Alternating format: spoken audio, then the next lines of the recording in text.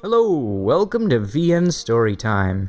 It is me, your host, idiot who forgot to actually start the recording last time. So, I'm going to try to make this under 3 minutes, as it was not last time. Brief introduction to this. Tsukihime is the first visual novel I remember playing. I think I probably did more before that, but that's besides the point. It is what really got me into visual novels, and I've decided to do it today because of my friend Travis. You can see his Twitch stream over at Autocorrect Tacos. I don't think he has like a set streaming schedule. He just does it sometimes. But it's good. It's funny. He's a good guy. You should date him. And he was complaining about the new Tsukihime... Not Tsukihime, I'm very sorry. Fate Stay anime that they're doing, I believe, off the PSP game where the hero looks like Saber, but it's not Saber, and he didn't really understand, and I had to go into like a 3-hour speech on the entire backstory of the Nasuverse, and long story short, he told me I should just stream the games and maybe even make an explanation video, so that's probably what I'll be doing. I'll stream Tsukihime, maybe some Fate Stay. I say maybe, but I do plan on going through all the Nasuverse games, and then probably make an explanation video at some point. This is not a really funny game. It's not like when I did How to Full Boyfriend or anything. And I know after Katarga, my first episode, which was very, very bad, I'm very sorry, I said I would probably just stick to comedy games, but these do have really good story, and I just stick with it. Just give it a chance. It's good stuff.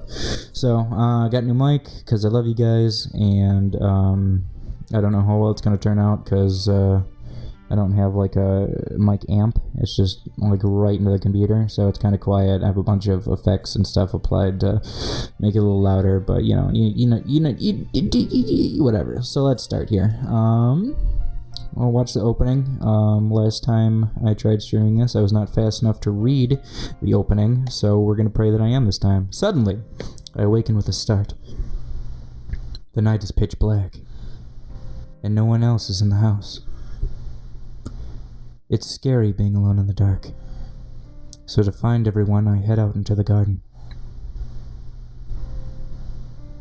Our mansion's gardens are vast fields of green, surrounded by a thick, dense forest, with the trees blanketing out the light almost like a massive curtain, like a stage in a theater somewhere.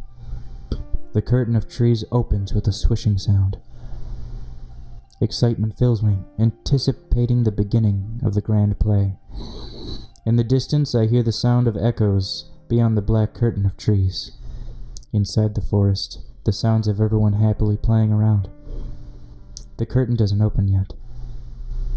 Unable to restrain myself, I wander into the darkness of the forest. Darkness surrounds me, a blackness so deep it's suffocating. Not even the calming rays of the moonlight can reach this deep. The air is cold, a winter's chill so deep my eyes feel like they'll freeze. For a brief moment I thought I heard someone call my name, so I walk even deeper into the forest. After passing through the veil of trees, I find everyone waiting for me in the forest clearing. But something is wrong. Everyone's laying on the ground. Everyone's laying on the ground in pieces. The clearing is bathed in red. I don't understand. The stranger approaches. The look on his face says he wants to rip me apart. I don't understand at all. But someone else, someone I don't know, steps in front of me and is torn apart in my place. I'm just a kid, so I really don't understand. A splash. Something warm and wet hits my face. It's red. A red liquid, red like a tomato. The person that was torn apart, the person that I called Mom, never called my name again. I really don't understand. But it's just so cruel. I wanted to cry. I just felt like crying. Warm crimson blurs my vision, seeping into my eyes. But it doesn't bother me at all. The lonely moon floats above me, bearing witness in the night sky. It's strange. Why didn't I realize it until now? Such a cold, horrible nightmare. Yes, I didn't realize it. That tonight, The moon is so beautiful. Alright, so we're already off to a better start than the Tsukihime anime. It's a low bar, but we've passed it. A prologue. And from now on I can click to advance the story, so I won't have to read like I'm on coke. When I came to, I was lying on the hospital bed. The curtain on the nearby window sways gently. It's a beautiful day outside, and the dry wind signals the end of summer. Hello, Tomoshiki. Congratulations on your recovery. The unfamiliar old man extends his hand for a handshake. His square-rimmed glasses and warm smile are very befitting. His tidy-looking white clothes suit him perfectly, too. Can you understand what I'm saying, Shiki-kun? No. Why am I in a hospital? You don't remember, do you? You were involved in a car accident while you were walking. Your chest was stabbed by a shard of glass, and it was unlikely that you would survive. Very unbefitting of what a doctor would say, yet he says it while smiling carefully. Oh, cheerfully, fuck. I already screwed it up. Terrible. I feel terrible. I'm tired. Can I go to sleep? Yes, you should rest. You must focus on recuperating and not push yourself. The doctor is still smiling. To be honest, I can't stand that smile anymore. Can I ask you something, Doctor? What is it, Shiki-kun? Why are there scribbles all over your body? And there are cracks all over the walls. Why are there cracks in the walls? The smile vanishes for just a brief moment, then returns to his face immediately. He turns and walks away. It seems there was some brain damage after all. Get a hold of Dr. Ashia in neurology. I also suspect he may have suffered some damage to his eyes. Spend the afternoon examining his eyes. The doctor whispers to the nurse so that I won't hear him. But obviously I did. Weird. There's scribbles all over everyone's bodies. The sloppy, zigzagging black lines running all over the floors, walls, the ceiling. I don't understand what they mean, but looking at them makes me feel sick. I wonder what it is. The bed, too, is covered in these scribbly lines. When I touch the line with my fingertip sinks down into the crack. Oh. It seems as if I could reach farther down with something narrower, so I traced the line with a fruit knife that was laying on the bedside table.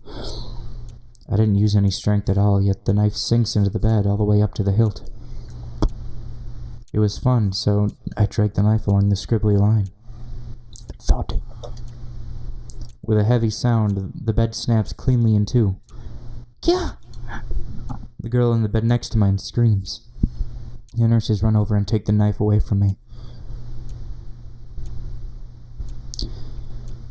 How did you break the bed, Shiki-kun?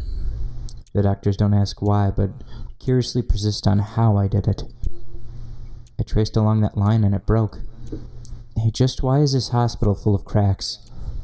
You'd better stop with that, Shiki-kun. There are no such cracks like that anywhere.